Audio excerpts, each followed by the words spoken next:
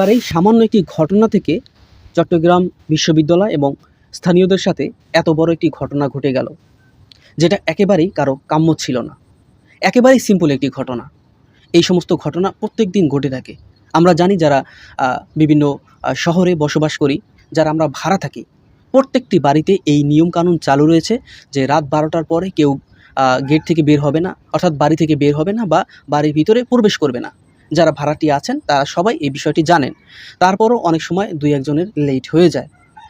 দুই একদিন লেট হলে অনেক সময় অনেক ক্ষেত্রে আমরা দেখি যে বাড়িওয়ালা দারোয়ান তাদেরকে প্রবেশ করতে দেন। এখন চট্টগ্রামে যেই ঘটনা ঘটেছে যে একজন শিক্ষার্থী তিনি রাত 12টার পরে এসেছেন, দারোয়ান তাকে ঢুকতে দেয়নি। এই ইস্যুকে কেন্দ্র করে এত বড় একটি ঘটনা ঘটে গেল। অ্যাকচুয়ালি ওই শিক্ষার্থীর সাথে সেদিন কি ঘটেছে বা শিক্ষার্থী কি বলছে বা দারোয়ান কি বলেছে, এই ঘটনা সামনে আসেনি। শুধুমাত্র মানুষের মুখে মুখে যেই সমস্ত ঘটনা শোনা যাচ্ছে সেই সমস্ত ঘটনাই আপনাদেরকে আমি রিপিট করছি।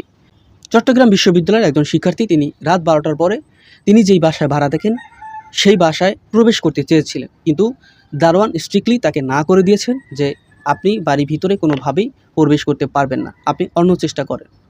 এইটা বলার পর হয়তো ওই শিক্ষার্থী রাগ হয়ে গেছেন, ক্ষেপে গেছেন যে কেন আপনি আমাকে ঢুকতে দিবেন না, এবং দারোয়ান হয়তো তিনিও রাগ হয়ে গেছেন যে না, আপনাকে আমি ঢুকতে দিব না, বাড়িওয়ালা আমাকে স্ট্রিক্টলি না করে দিয়েছে, আপনাকে ঢুকতে দিলে আমার চাকরি থাকবে না। তো এই বিষয় নিয়ে সেখানে তর্ক বিতর্ক হয়েছে।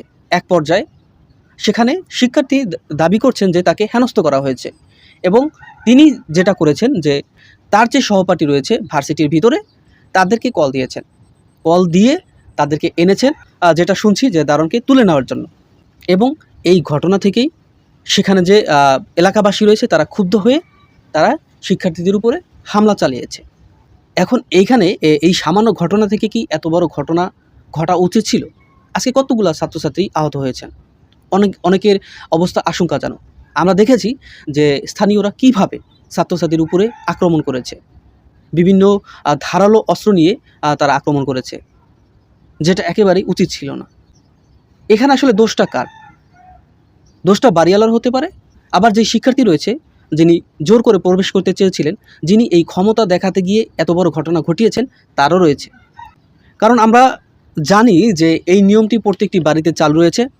চালু থাকলেও অনেক সময় অনেকে লেট হয়ে যায়, বিভিন্ন কারণে লেট হয়ে যায়। এবং আমরা দেখেছি যে অনেক দারোয়ান আছে বা অনেক বাড়ি আছে যে তারা আসলে ঢুকতে দেন, রিকোয়েস্ট করলে ঢুকতে দেন, যে মানুষের লেট হইতেই পারে, ঢুকতে দিতেই পারেন, স্বাভাবিক। তিনি ওই শিক্ষার্থীকে ঢুকতে দিতেই পারতেন, ঢুকতে দিলে কিন্তু এই ঝামেলাটা হতো না।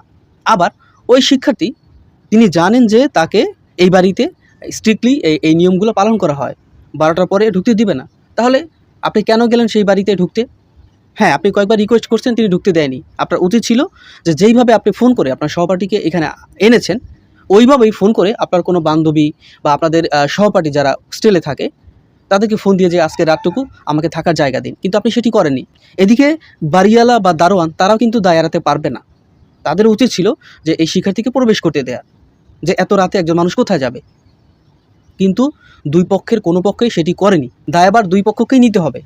এই ঘটনার দায় আমি শুধু দুই পক্ষকেই দেব না, আমি আরও এক পক্ষকে দিব। কারণ আমরা যেটা সোশ্যাল মিডিয়ায় দেখছি, আমরা বিভিন্ন নিউজ পত্রে যেটা শুনছি, সেটি হচ্ছে যে সেখানে যে প্রশাসন রয়েছে, আইনি প্রশাসন রয়েছে, তারাও কিন্তু সময় মতো তারা আসেনি। তারাও আসলে অনেক পরে এসেছে। তাদেরও তেমন কোনো ভূমিকা ছিল না যে এই ঘটনা বন্ধ হয়।